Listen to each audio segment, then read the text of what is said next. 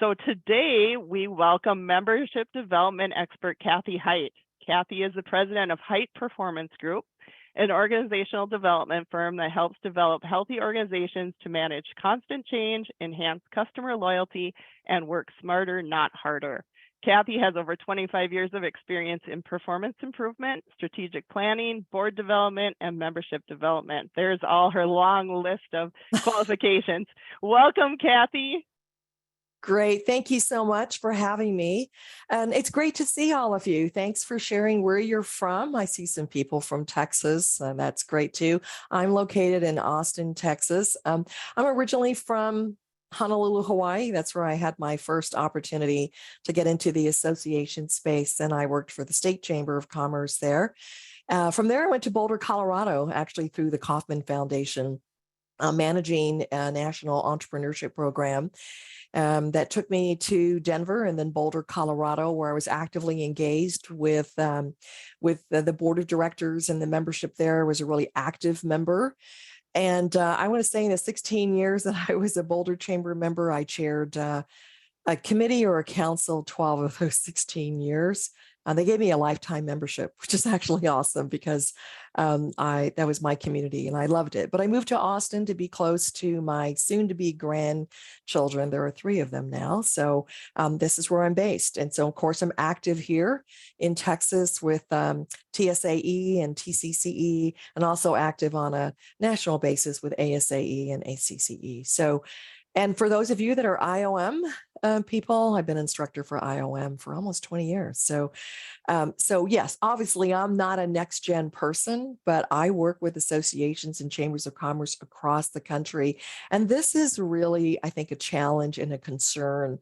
And there's a good reason why, right? If you read the book Race for Relevance, the authors talked about, because this quandary always comes up, well, most of our active volunteers and people on our board and chairing committees and councils, they're the baby boomers, right? So, how much do we make changes for the benefit of the young people when we've got all of these boomers and people kind of running things? And in the book, they said, you need to plan for the emerging majority. And they're right, because our emerging majority is different.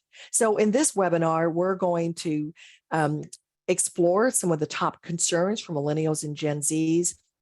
And these were things that were already concerns for them. COVID really amplified a lot of their values and expectations. So we'll talk a little bit about that and how we can be that essential third place. If you're familiar with the concept of third place, which we'll get into, it's like if we're not at work and we're not at home, where's our third place? And we want to become that third place, right? And that's going to require us creating an environment that really builds trust and a sense of belonging and a sense of shared purpose, right? I'm going to leave you with 3 strategies on how to attract bolder. Cool. Attract bolder. I saw Laura over there that kind of took my eye on the chat thing. So thank you. That's nice to know. I still love that place. Anyway, 3 strategies to attract, engage, and retain the next generation of members. Okay. Somebody raised their hand. And okay. I just see that. All right. I'm not sure if that's a question I have to answer, but thank you very much. Appreciate that. All right. And if we've got people who are representatives of this next gen group, I hope that you will weigh in. And I'm also hoping that those of you who are doing great things, that you will also share things that you're doing. Well, I'm a big believer that, even though I propose to be an expert on membership, my job really is about facilitating experts. And I know we've got a lot of people who have joined us on this. So I hope that you will share your expertise as well and what's working. All right. So the rise of the minority, as the Race Relevance talked about, yes. And the rise of the minority is changing what our communities look like and certainly what our membership is going to look like. For those of you that are familiar with ASAE's Foresight Works, and if you're not, you should definitely take a look. It explores 50 drivers of change that they feel are really changing the landscape or are going to shape what associations are going to need to be cognizant of and certainly incorporate in terms of making sure that they're essential as a membership organization. And these are 5 particular drivers of change that come out of ASAE's Foresight Works that really speak to the change in demographics and membership. And to me, it's about social and cultural changes, right? So the fact that we have an aging world, yes. When we think about across the world, in China, in Japan, and across Europe, they don't have the same birth rate as they have of the aging rate. In other words, they don't have the workforce that's going to take the place of people who are aging out. Now, in the US, I think we're fortunate that there are 170 million Gen Zs and Millennials. Those are the 2 largest generations of our time. So we're looking at about 80 million Millennials and 84 million Gen Zs. There were 76 million boomers. So we're a little bit different, but that also makes a lot of people pay attention to what's going on in the US, because we have these 2 huge generations, and there are going to be a lot of countries around the world who are going to be interested in our talent. So it's something we have to think about, right? So the world is aging. We have the next gen professionals, and they're large cohorts. When they talk about empowered women with ASAE's Foresight Works, the future is female. There are more women who are starting businesses, who are in the C-suite, who are in politics. I think it was the 2018 midterm election that we found first time in Congress, there are more women and people of color in Congress than ever before in our history. So a lot of that's being driven by immigration changes, or a lot of our communities are looking really different. And if we think about it, one of our trends is thinking about how do we empower the new workforce, right? And those are challenges that we're all facing. It's not just you, but it's every industry as we start to think about what's going to change in the future of work. Over on the left, this chart kind of sort of projects what that future workforce might look like in 2030. And you can see the boomers in green going to be representing a much smaller percentage of our workforce. We have Gen X. We kind of skipped over them. They're one of the smallest cohorts, 46 million Gen Xers. And then we've got these huge cohorts right behind them, Millennials and Gen Zs. And so this is going to be our workforce, younger, and a lot of people who are being represented there in the red and the yellow. And across the world, as we see how many people are going to be 65 or older, we're going to just see huge pockets of those that are aging out of the workforce. Okay. I like Tim. Gen X is more of a subset of boomers. And it really depends on, when you were born and which demographer you really follow. So I have a son who's a millennial, but he said he kind of identifies more as an Xer because he's kind of more in the beginning part of that cohort. So sometimes people find themselves on the cusp, right? So why do demographic shifts matter? Because the next gen is going to represent the most majority of our workforce. And the projection is that 75% of our workforce will be millennials and Gen Zs. The other thing to think about in terms of demographics is by 2030, 45% of the US population is going to be non-white. Okay, so lots of changes, and we've got lots of communities that are changing, and that shows up in our workforce and also in our membership. And keeping in mind that a lot of our next gen people, they didn't necessarily grow up belonging to associations like ours. Okay, so I'm kind of curious, just some feedback from you. And for you to chime in, how do you think these demographic shifts are going to affect your organization? Maybe you already are. So if you would want to chime in there and just tell us, how do you see these demographic shifts, both the next gen and also being much more diverse? Okay. To tweak our communication plans. Yes. Okay, yeah, need for mentoring, harder to find volunteers. Okay, good, thank you. Yes, you might lose some of those members who have been longtime members who might be aging out. Hopefully we will keep them. We heard that boomers do want to continue to stay involved. Maybe they'll have more time for volunteering. We're not really seeing, our image might look really different, right? In terms of, hey, that's that's the old timers organization, or is this something that's really me? Okay, so Candy is saying it's already here. Absolutely. More than 18,000 boomers are retiring every day. So if you think about it, it's changing. I like Lisa's comment about being more tolerant of different ideas and cultures.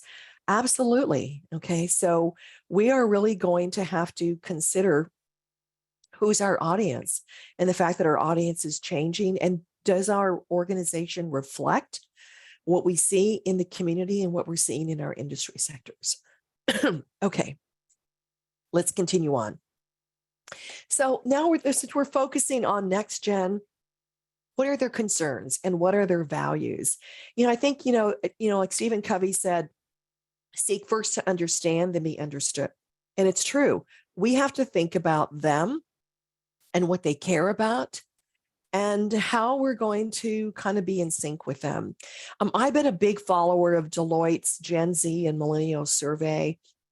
I think this is the 13th year that the survey results have been shared, and it's been interesting. It's been interesting to kind of follow. And this year they interviewed 22,000 Millennials and Gen Zs. And originally I was going to show you 2022, but since the 2023 is out, I thought, hey, let's just go ahead and let's take a look at the 2023 results. And there's always a theme, right? And so the theme is waves of change, acknowledging progress, especially going back to pre-COVID. There were a number of Gen Z and millennial issues, and them mentioning that they are seeing some progress around those issues, and then confronting setbacks. So I'm going to try to switch out of this. I've given you a link so that you can go to the survey, you can go to the video, but I'm going to switch out of this link, and we tried this in practice mode, so I hope it works really well for us, that we are actually going to stop this, go to the video real quick. It's less than 2 minutes, and have the opportunity to watch this video and hopefully get some of your insights from it as well. We have been pushing for change. While living through a global pandemic, geopolitical conflict, inflation, and the negative impact of climate change. The disruptive events of the last few years have shaped our lives and reshuffled our priorities. We know that business leaders are listening to our concerns and believe they have made progress since pre-pandemic times. Workplace flexibility has improved, and we feel more empowered to balance work with our personal lives. We see employers trying to create more diverse, equitable, and inclusive environments, listening to our concerns regarding our mental health, and taking action to protect the environment. But there is more work to be done. We are still living paycheck to paycheck, managing heavy workloads and struggling to disconnect. We are stressed, facing harassment and microaggressions at work, and concerned about climate change, but often unable to afford sustainable products. We are responding to financial pressures by getting side jobs, postponing big life decisions such as buying a house or starting a family, and adopting behaviors that help the environment. As we worry that economic conditions could set us back, we want business leaders to keep driving progress. We are expecting more.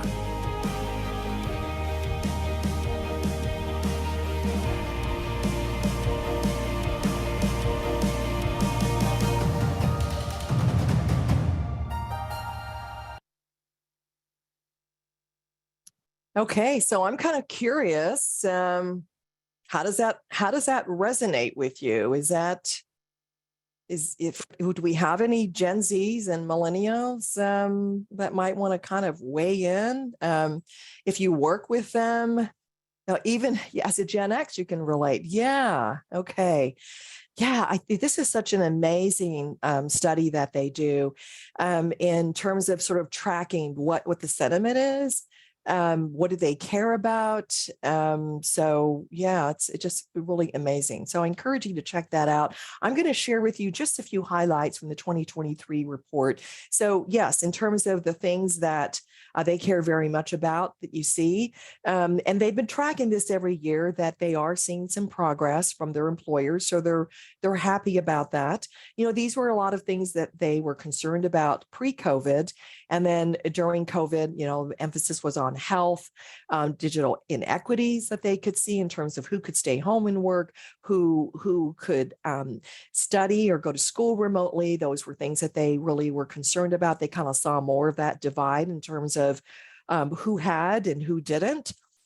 And they really didn't think that business cared about what was going on in communities and with, just people in general, that it was much more about profit.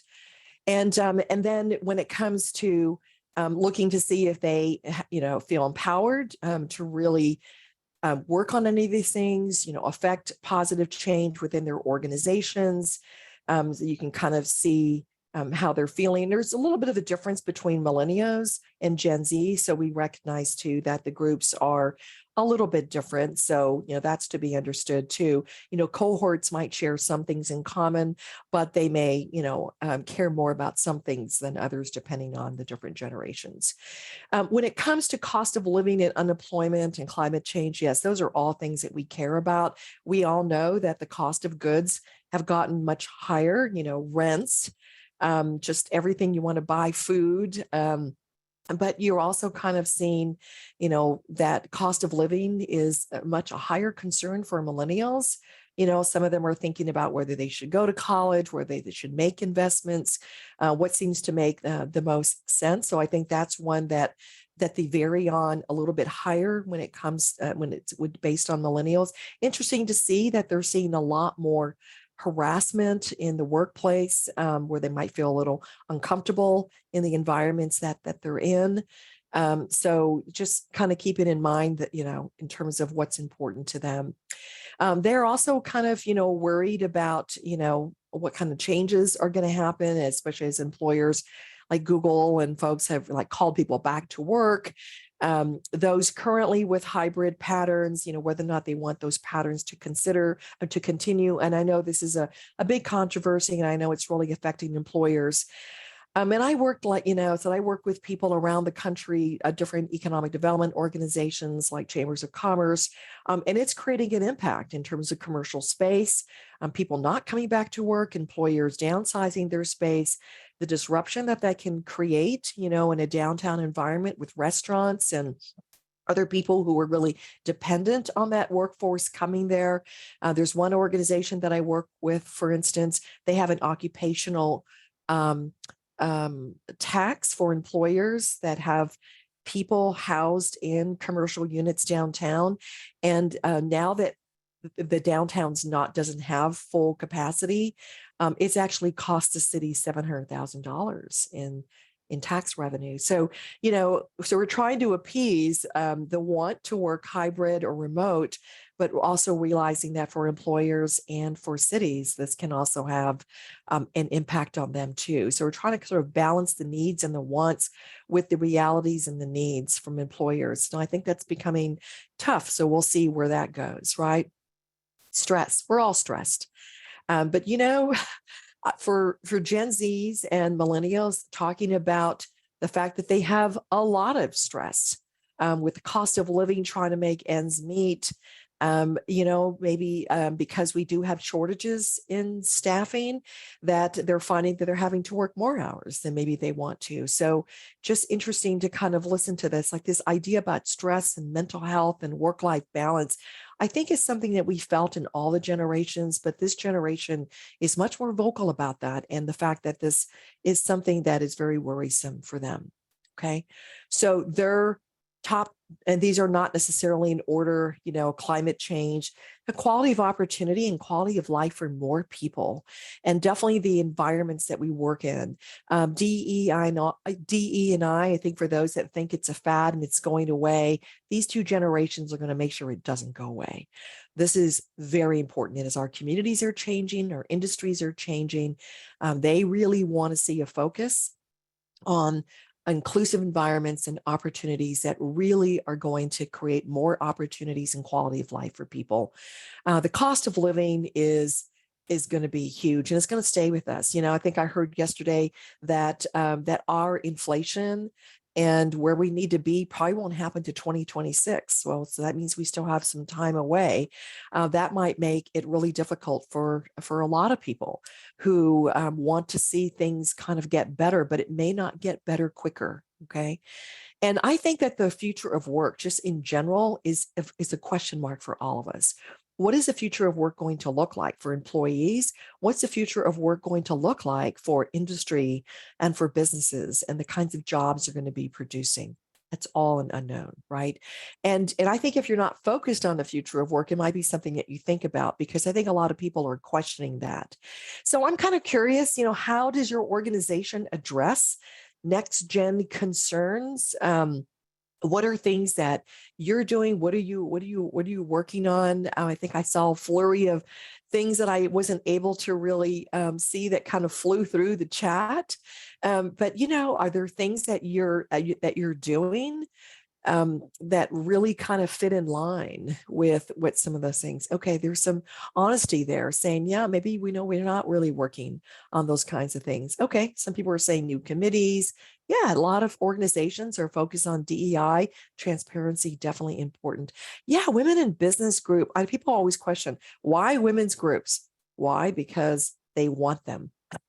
The Cincinnati Chamber, I'll give a shout out to them. They have an amazing programming lineup around DEI, but also with their Women Excel program and a mentorship and power squads, and just really, really just leaning into this and realizing that people want to see a place for themselves in the organization, and where is their place. That sense of community is important to everyone. Do they see that? Do they see that in your organization?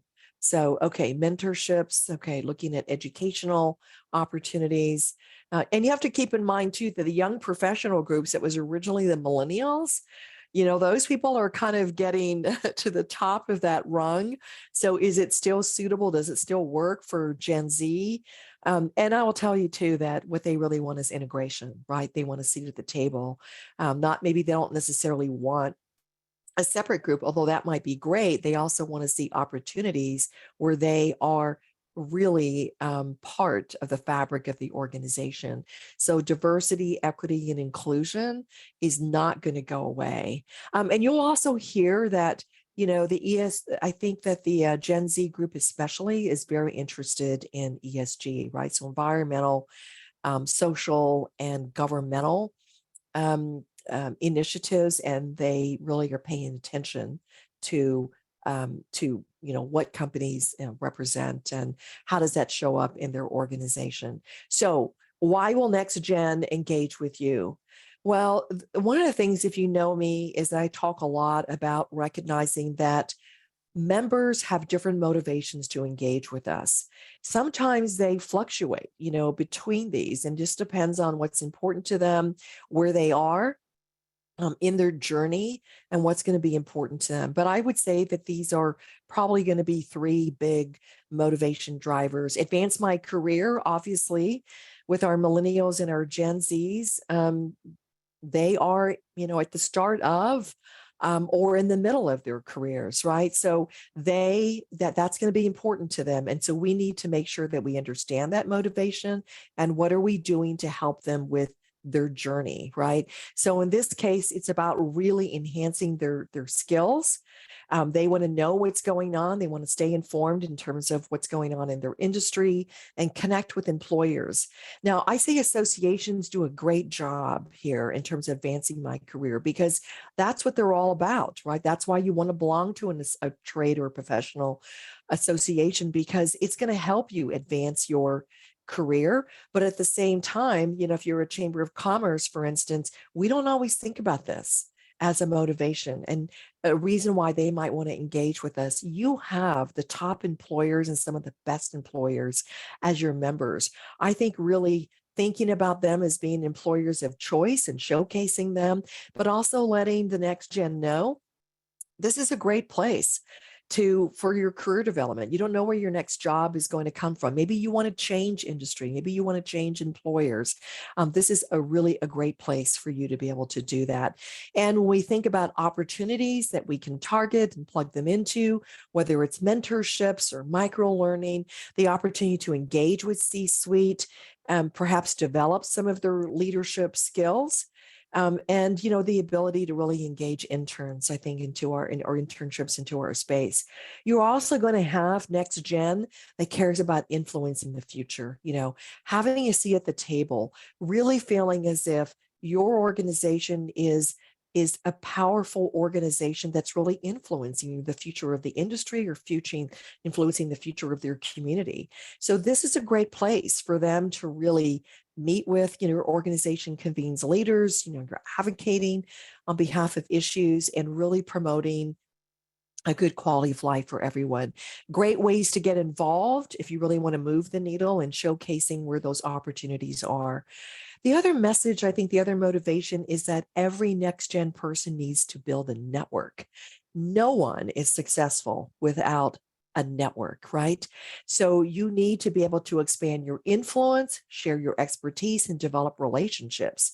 And so they're going to need access to peer networks, right? So what's going on with them? What are they accessing? What are they learning?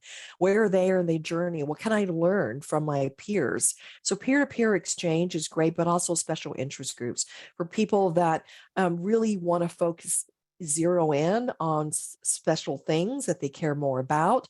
People are looking for people like me, right? People that I can learn from. Needs to totally be interactive. And yes, they want networking, but needs to be networking that's actually going to help them build my network. And if you think about it, networking in general and networks are not necessarily the same thing. And it's not just next gen that I think we have to be concerned with. I have always been a member of something, and I'm a member of many things. But I will tell you that I cringe when people say, "Oh, so do you want to go to a networking event?" Because I actually don't like networking events. I border on Myers-Briggs. I'm more of an introvert and have to make myself be extroverted. So when I conjure up networking, I think, oh, mixer, shake a lot of hands, talk to a lot of people. It feels like speed dating, which I don't like either. So, it just makes me feel like, I don't really want to do that. But do I want to build my network? Absolutely. Everyone does. So we have to be careful sometimes about terminology. And we all need to build our network, and a network of peers, a network of experts, a network of people that we want to get to know. We need to interact, might be bridgers, might be customers. Yes, we all need a network. So let's just sort of be thinking about that in terms of our language and position that. But for this next gen especially, they are going to need a network. And it's kind of hard to just build a network. You can build it online, absolutely. But you really need to build a network that's pretty vast, that's pretty diverse. And I think that your organization can certainly provide that. Okay. So we'll talk about 3 strategies to attract, engage, and retain next gen members. And I definitely want to hear what you're doing and hearing your ideas and some things that you're thinking about really putting together. I think that's going to be important as well. Oh, another shout out to Cincinnati Chamber. They launched something called Stir Multicultural Mixers. And I love that. They partnered with like 8 other diverse or ethnic organizations in the city. And they do like a joint mixer so that you can meet people maybe that, hang out in different parts of the city and you don't necessarily get a chance to interact with. But I just think that's a really cool idea as well. All right. So when it comes to attracting next gen members, I think it's important to share your vision and your mission and your strategic initiatives, and then ask yourselves, are they compelling to this audience? I'm not going to get into vision and mission in this session, but I will tell you that I have looked at many vision and mission statements, and they're not compelling. First of all, when it comes to a vision statement, I think there's two ways to do it. 50% of you are going to have a vision statement that's about who you strive to be as an organization. And then 50% of you are going to have a vision statement that's about the envisioned future that you're trying to create or build that's for who you serve. And then I want you to ask yourself, which is more compelling? Okay. And there's probably a good chance that when it's about who you're trying to serve, that's a lot more compelling than if it's about you. Okay. And then your initiatives, they're going to pay attention to that, because this next gen group of people care more about causes than they care about clubs. So they want to know, what are you working on, right? What are you doing? And is that something that I care about? Does that resonate with me? Okay. And I think when you have your motivations to engage and you understand that, make sure that in your digital marketing messages that you're really hitting on that, realizing that they all don't have the same motivation to want to engage with you. Do they want to make a difference? Are they trying to advance their career? Are they trying to build their network? And the best way, of course, to do that is through the voices of those members, right? If you're trying to attract new members, who best to do that are the people who are already your next gen members. Okay. So leveraging them and what's important to them in terms of belonging to an organization is, is it a trustworthy organization? Do you have a sense of belonging there? Does it feel like it's for you? Are there people like you? And do you align with their purpose, right? Like, how does that fit with us? And they want to hear that from your current members. And you can certainly, instead of just focusing on a membership campaign, we'll focus on getting involved and doing that through volunteer efforts in your communities and just bringing the next gen community together. And I think if you do that and they get to know you and they get to know some of your members, they might have more of an interest, right? This is more of a discovery, like, get to know us. Here's what we're doing out in the community. Come join us. You don't have to be a member to participate, because it's about engagement. So trying to engage them would certainly be something you want to strive for. And if any of you are doing anything in that space, I welcome you to share that in terms of what kinds of things are you doing in the community that really kind of brings people together. And I would say that you need to really focus on transformational work. That's going to be important to this next gen. They want to know what it is that you're working on. So they want to know, are you creating an environment that really enables and inspires people? Are you spurring political action? And I'll get a little bit more touch on this on my next slide. And are you a champion of change, right? Because if you're not probably any of these three things, you may not be the organization for them. So as we think about that and what that means in terms of what does transformational work mean? If you're creating an environment that enables and inspires, are you really creating a framework, right, that allows people to share practices around the future of work? What's that going to look like for us? Where's my place going to be, right? Because they're concerned about their career. Being a resource for career and personal development. I know a lot of you associations are definitely doing that. Collaborations are important to them. Things like think tanks and opportunities to brainstorm, where there's like a win-win, World Cafe types of approaches, right? That's important. Opportunities to really engage. One thing that I've learned so much from my millennial son, I just have this memory of him being 7 years old, and I'm watching something on TV, and he walks by me and he's like, "How can you do that?" I go, "Do what?" He's watch TV. I said, "What's wrong with watching TV?" He goes, "It's so one way, Mom." He goes, "I hate to watch TV. I'm going to go to my room." He says, "I'm going to play a video game." You know why? Because I get to do something. It's interactive. I don't want to be in a room that's one way. I want to participate. I want to make the outcome happen. And then he walks in his room. But you know what? I think that was such a profound statement, because he's still like that today. He still doesn't like to watch TV. He still likes gaming. He still likes interactive things, right?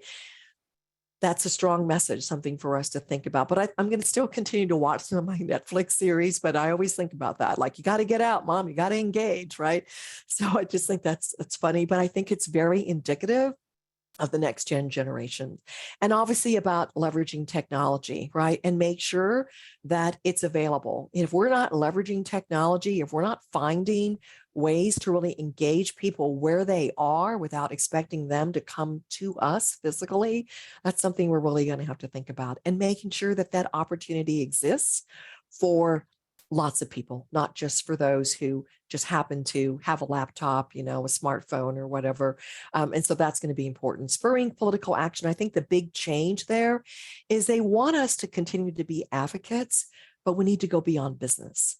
We need to actually advocate on issues that are important to more people, not necessarily important to just businesses.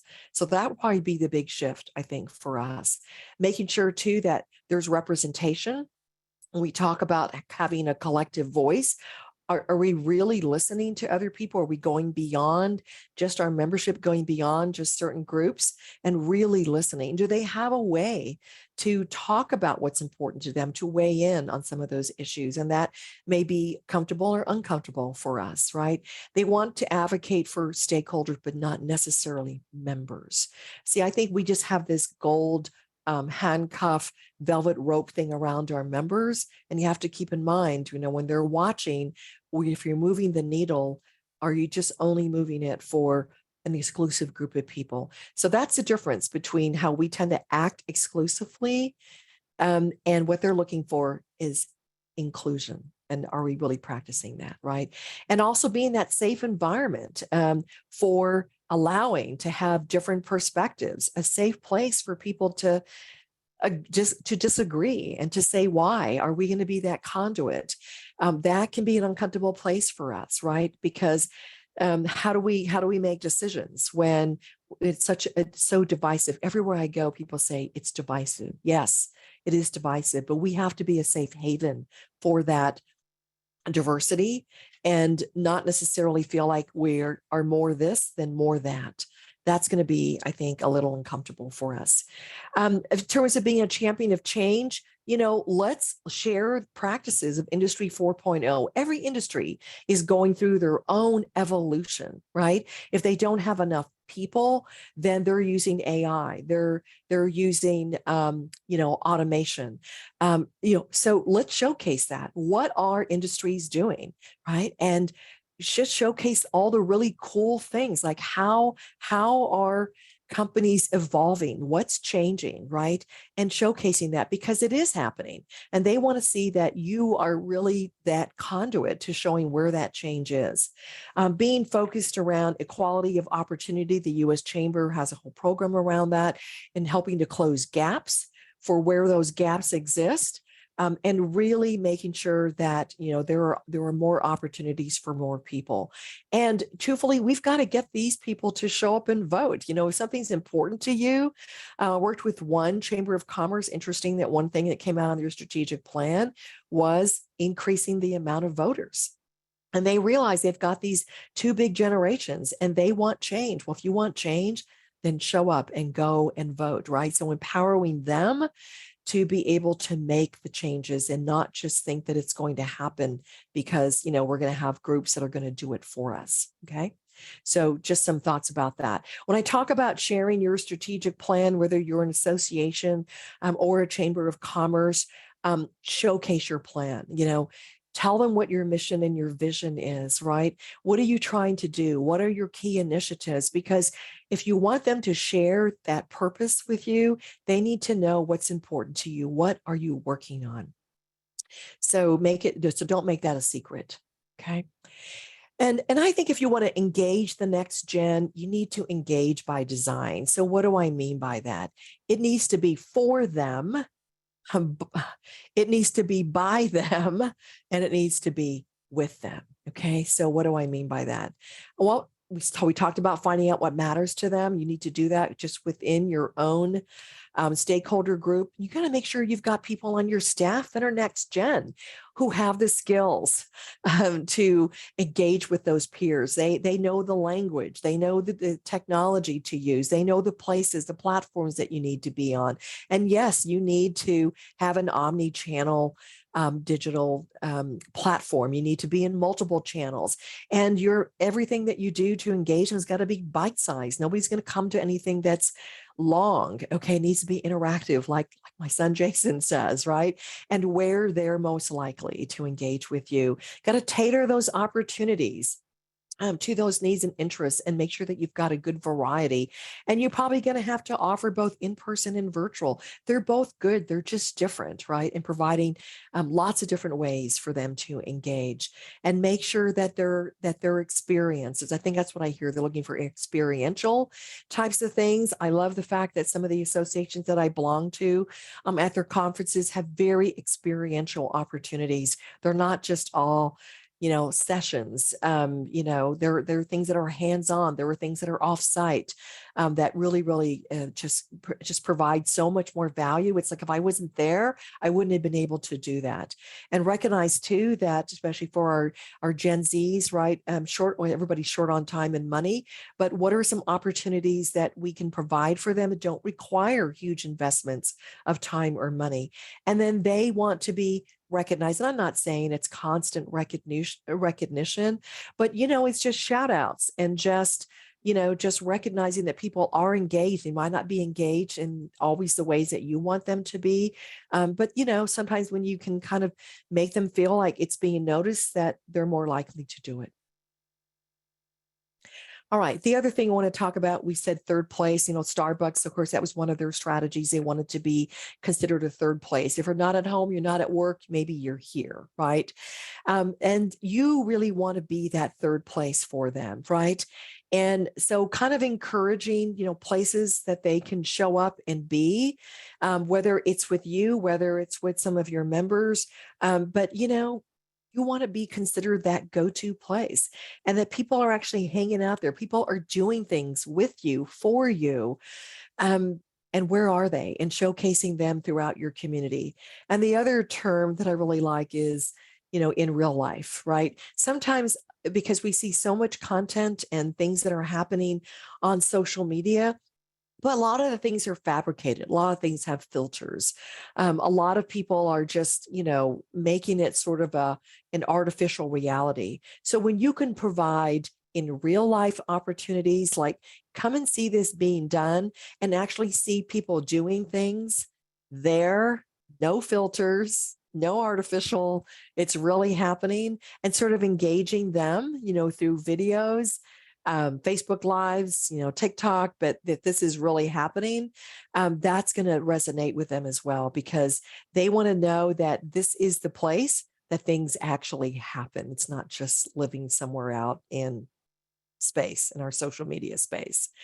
Retaining next gen members, I know that's going to be hard for people, especially when you have student memberships, trial memberships. How do you retain them? And certainly paying attention to your onboarding process, making sure that it's really interactive, understanding what's important to them, being able to plug them in to things that are important to them, find their groups, their communities.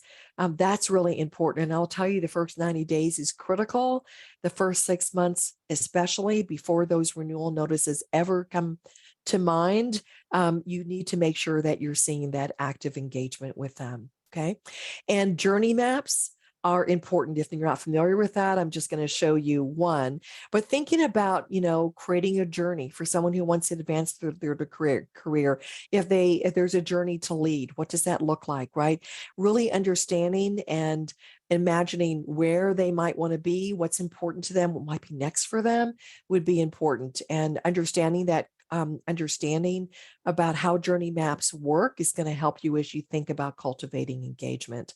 Had the privilege of working with the Greater Indianapolis Home Builders Association. I thought that was really interesting how they, kind of create this generic journey map. They are working on in more micro journey maps as well, but really just understanding that when you first come and join the organization, we want them to get to know people, have been involved in an orientation, really working at how they can get them connecting through their organization. And then once they've connected, to really think about where they want to show up, right? They've actually created all these impact teams and lots of different impact teams. So find what's important to you and get engaged with other people who care about what you're doing. And then really thinking about, this leadership journey. They call that being a committed member. I probably would change that to sort of a probably like just leadership. But for those people to be positioned really to help lead the organization, lead a council or a committee, and really start to move the needle by a much more a different level of engagement. So that journey to lead concept, I think, is really important, and targeting them and helping them have a successful journey, regardless of where they want to be and how they want to get there. So we'll close things up. Session summary, right? That the demographics are changing. We have to realize that that's going to be a huge shift, not just in the workforce in our community, but in our leadership and how we serve. And to realize that our next gen, they're passionate about issues, but they're not necessarily passionate about institutions and associations. They want to know what your value proposition is and how that aligns with them and what they care about. They want to see us as being that transformational organization, the leader that's really going to drive positive outcomes that go beyond membership.